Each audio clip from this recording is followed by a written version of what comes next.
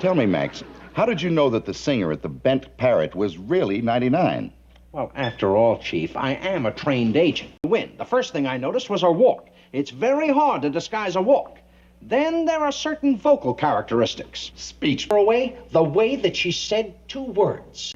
I'm 99. All right, Jacoby, drop it. Drop it. All right, both of you, move out of the way.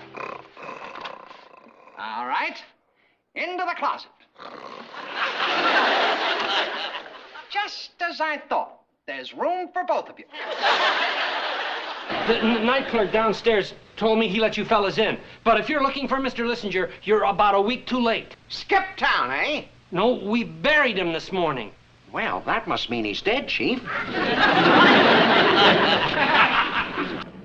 I'm sorry I'm late, Chief, but I was stuck in the car for almost 20 minutes. I know, 86, the traffic. No, the seatbelt. I can never get that darn thing unbuckled. Max, sit down. I'll fill you in as we go along. Right, Chief.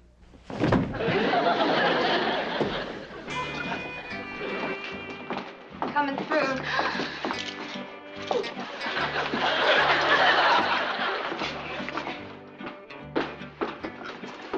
You sit there, I'll sit over here.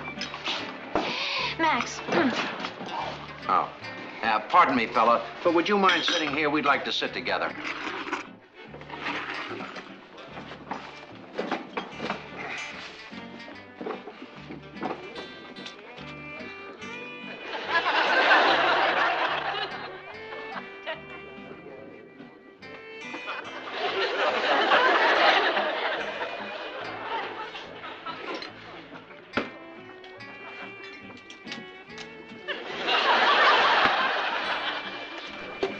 Chief, I have 2 ideas running through my head. Now, one of them is not so hot, but the other one is sensational.